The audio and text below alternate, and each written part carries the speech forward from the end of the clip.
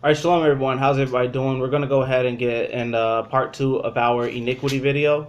We're gonna go ahead and start at Isaiah chapter 44. We're gonna go ahead and start at ninth verse. Well, you know what?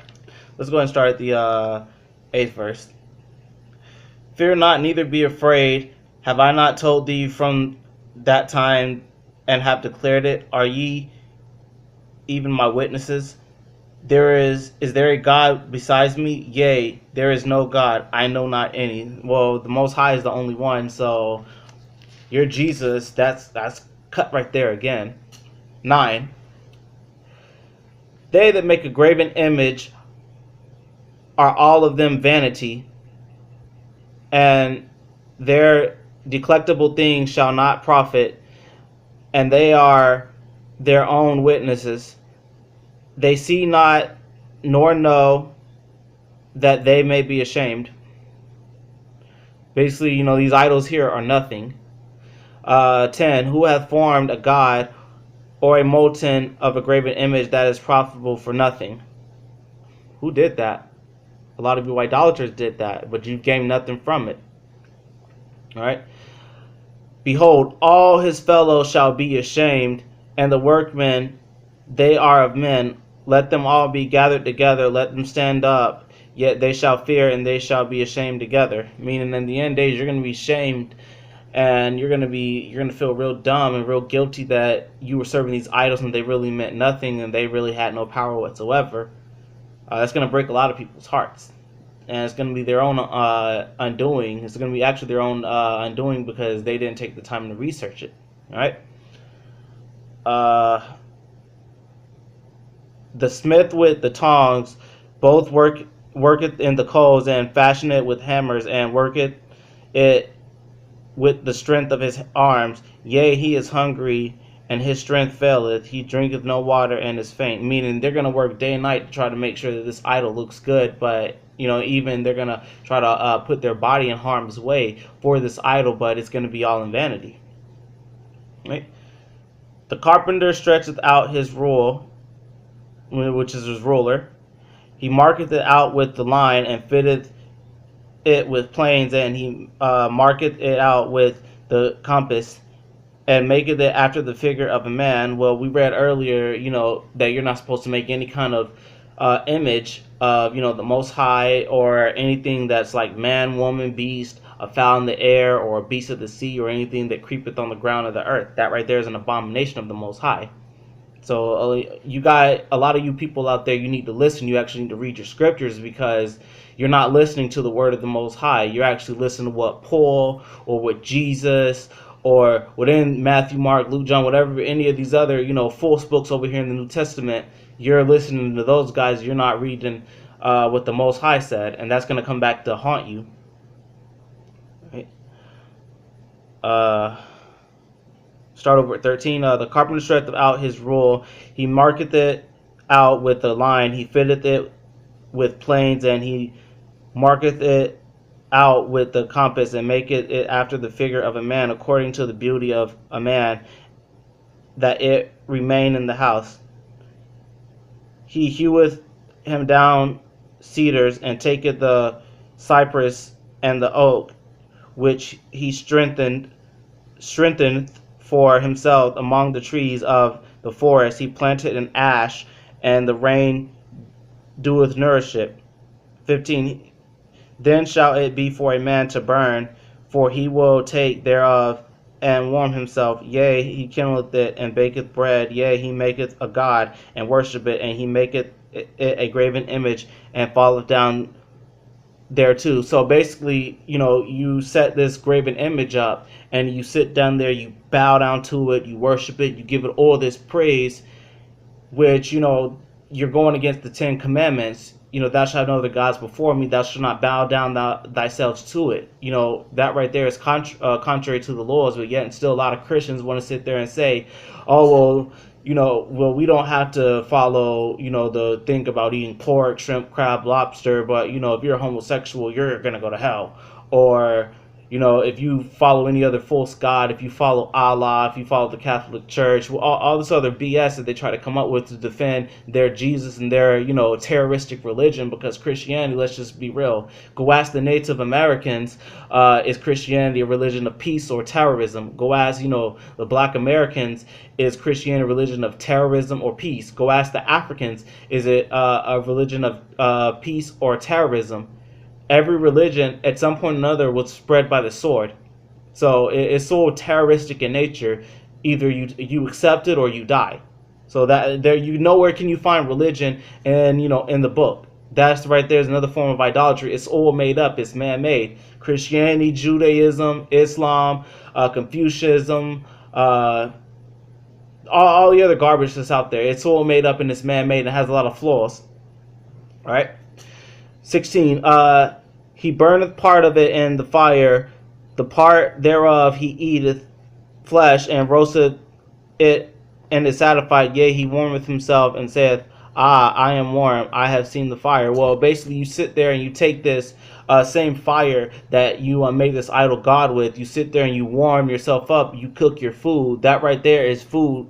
That right there, in a sense, is food sacrificed to an idol god, which that right there is an abomination. You're not supposed to do that. You're not supposed to take things that are offered to other gods and then try to make it godly or try to make it all holy and righteous and say, oh, well, this is of the Most High, when it's really not. All right. 17. And the residue thereof he maketh a god, even his graven image. He falleth down unto it, and he worshipeth it, and prayeth unto it, and said, Deliver me, for thou art my God. What do you guys do to that statue or that picture or that, that wooden cross or the metal cross of Jesus Christ? You sit down, you bow down to it, you pray to it, and you say, Jesus is my Savior, He's my rock, He's my salvation. Jesus saved me, oh, Jesus this, Jesus that. That right there is an abomination. I mean, straight up. It's all false. You have these songs, like I said, when I was in the Christian church, that all these songs, like, what are some of the songs? I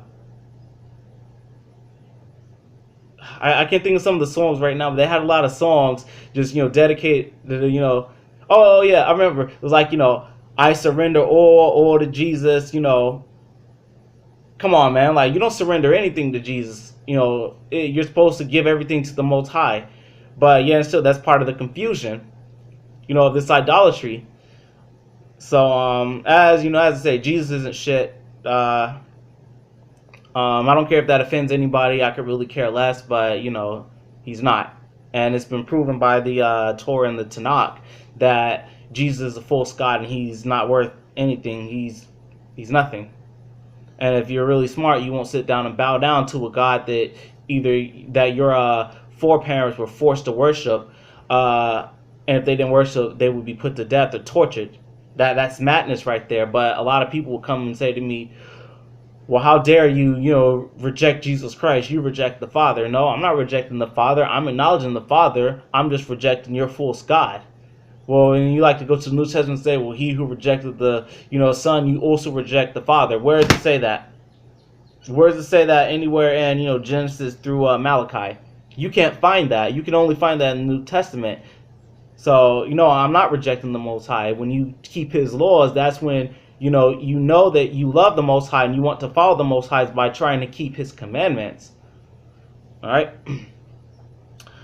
All right, 19. Well, no, let's go back at 18. Sorry about that.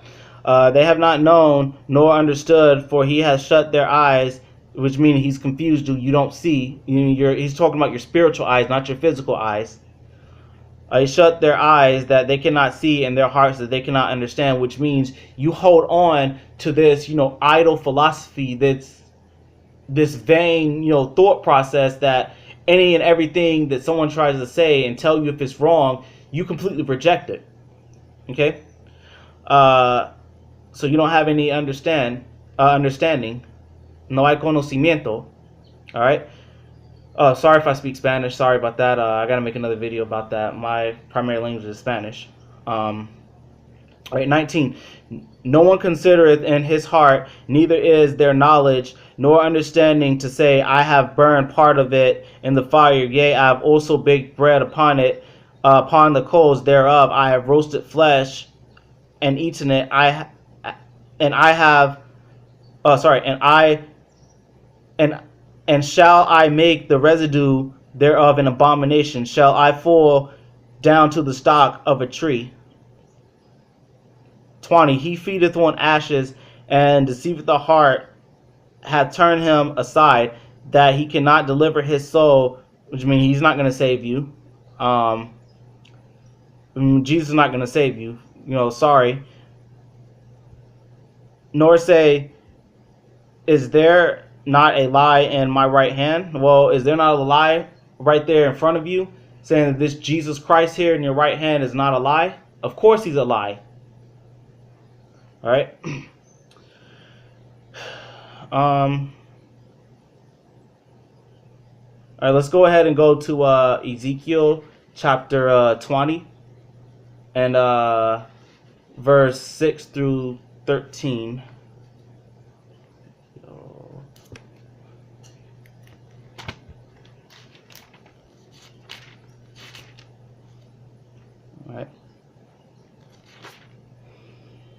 All right. It says, "And that day I lifted up my eyes." Sorry about that. And that day I lifted up mine hand unto them to bring them forth out of the land of Egypt, this is the Most High. This is not Jesus for all you Christians or all you so-called Israelites out there saying that this is Yahweh Shai. This is talking about Yahweh Shai. No, this is talking about the Most High, period. So Jesus is nowhere in here. You can't find him, and nothing you can do or say will make him fit this.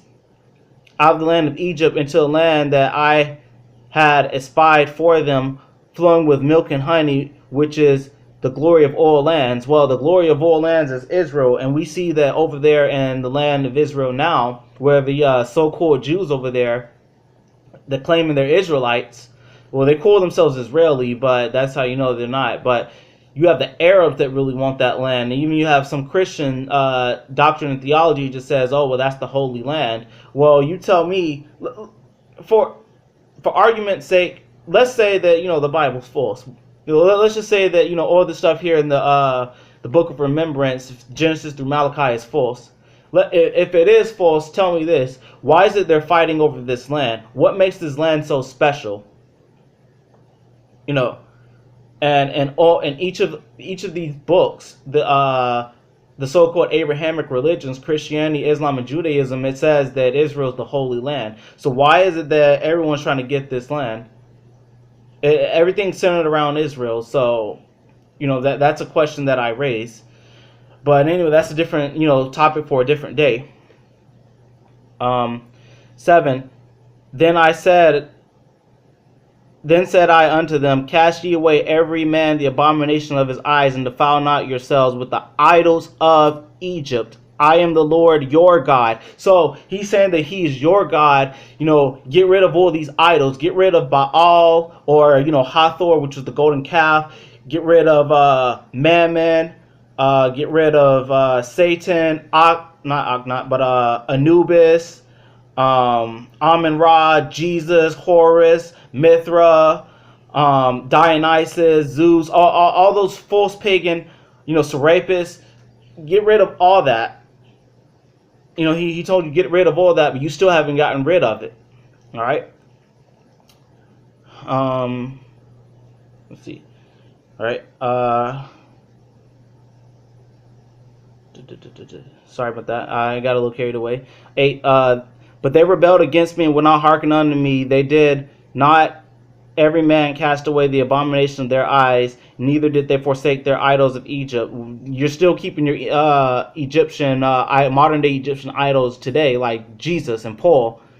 Jesus is your God, so that's still an idol. You still haven't gotten rid of it. You still haven't learned your lesson. Then I said, I will pour out my fury upon them, and to accomplish my anger against them in the midst of the land of Egypt. But I wrought for my name's sake that it should not be polluted before the heathen among whom they were in the sight. I made myself known unto them, bringing them forth out of the land of Egypt. So we see that, the Most High didn't want his children, his chosen people, to pollute themselves with all these idols when they were in captivity. So, he showed the heathens exactly who he was, that he was the Most High, the only God of Israel. And he made that known to say, hey, guess what? My servants are not going to pollute themselves with your filthy, disgusting, vile idols. All right? Wherefore I caused him, sorry about that. Wherefore I caused them to go forth out of the land of Egypt and brought with them into the wilderness. So they brought these idols into the wilderness. All right. Wherefore and I gave them my statutes and shewed them my judgments, which if a man do, he shall even live in them. Which you're supposed to be living in, you're supposed to be doing them and living by them, which you see that in the Christian church they're not. Moreover, I gave them my Sabbaths. Another thing, the Christian church doesn't keep the Shabbat. They think that Sunday, or they buy, sell, and trade every day of the week, but they never give, their whole time to the Most High. A sign between me and them, that they might know that I am the Lord, that sanctifies them, that purifies you, that makes you separate, makes you different. Right? 13, but the house of Israel rebelled against me in the wilderness. You want to serve other gods like Baal and Moloch and Baphomet. It says, and they walked not in my statutes, and they despised my judgment, which if a man do, he shall even live in them. And my Sabbaths they greatly polluted. And I said, I will pour out my fury on them, upon them in the wilderness, to consume them, meaning to kill them. So you still see that the Sabbath is being polluted now. All right. Go to verse 16. Skip down to verse 16. Because they despised my judgments and walked not in my statutes, but polluted my Sabbaths, for their hearts went after idols, which you're still going after this damn Jesus. All right. Nevertheless, mine eye spared them, destroying them, neither did I make an end of them in the wilderness. But I said unto their children in the wilderness, walk ye not in the statutes of your fathers, neither observe their judgments, nor defile yourselves with their idols. So this is talking about when Caleb and Joshua were in the wilderness, and everyone under 20 made it to the land, because all the elders and all the older people over the age of 20, they were polluting themselves with idols. They weren't keeping the commandments. They were falling into idolatry, so the Most High had to put them to rest.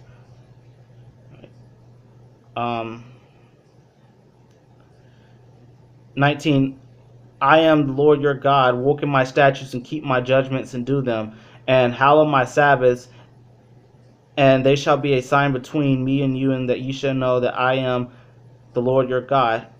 Notwithstanding the children rebelled against me, they walked not in my statutes, neither kept my judgments to do them, which if a man do, he shall even live in them. They polluted my Sabbaths. Then I said, I will pour out my fury upon them to accomplish my anger against them in the wilderness. Well, you see there's a pattern that Israel keeps going into idolatry, and the Most High keeps punishing them, but yet still a lot of people don't read, and they don't see this pattern that, hey, maybe I need to stop this. All right. Next we're going to go to Nahum chapter 1 verse 14. Nahum.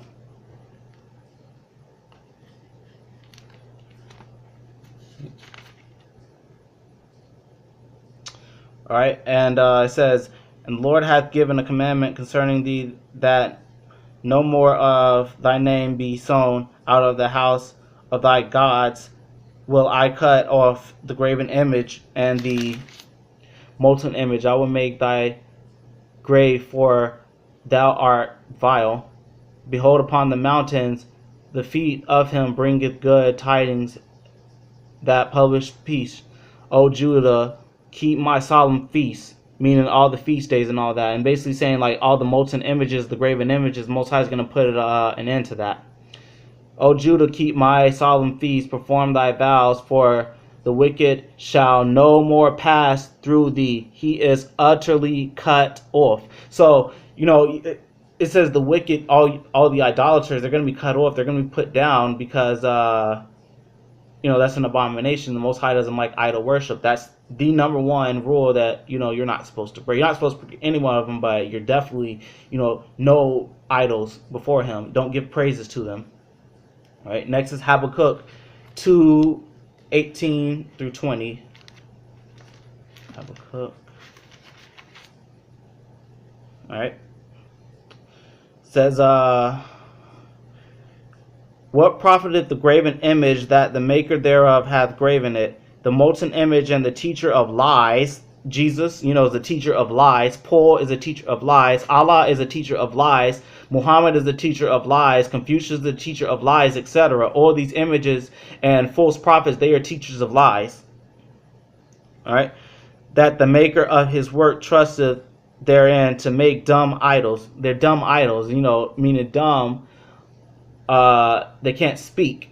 So they're also dumb in the sense that, they know nothing, but they're dumb in the sense that they can't speak. So Jesus can't speak. You say, oh, well, Jesus spoke to me, or people say, well, Allah spoke to me, or that's all garbage, man. That's all made up. They didn't speak to you. The Most High did that. He confused you. He put that spirit of confusion on you to think it's Jesus or whatever. Right? Woe to them that said to the wood, which is the cross. Wood is the cross. Awake, to the dumb stone, which is the Kaaba stone, Islam. Arise, it shall teach. Behold, it is laid over with gold and silver, and there is no breath at all in the midst of it. Well, you see, it doesn't breathe, it doesn't talk, it doesn't walk around, it doesn't do any of that. So it's all made up, it's fake. And again, they serve no purpose whatsoever. They're just there just to be there. All right. But the Lord is in his holy temple. Let all the earth keep silent before him. All right. Last, we're going to go to Micah chapter 5. Micah chapter 5. All right, we're going to do verse 10 through 15. And it shall come to pass in that day that the Lord... and it shall come to pass in that day, saith the Lord, that I will cut off thy horses out of the midst of thee, and I will destroy thy chariots. 11. And I will cut off the cities of thy land, and throw down all thy strongholds. And I will cut off witchcrafts out of thine hand, and thou shalt have no more soothsayers. Soothsayers, it's like witches, warlocks, all these medium, psychics, etc. That's going to be no more. That's idol worship. That's going to be cut off.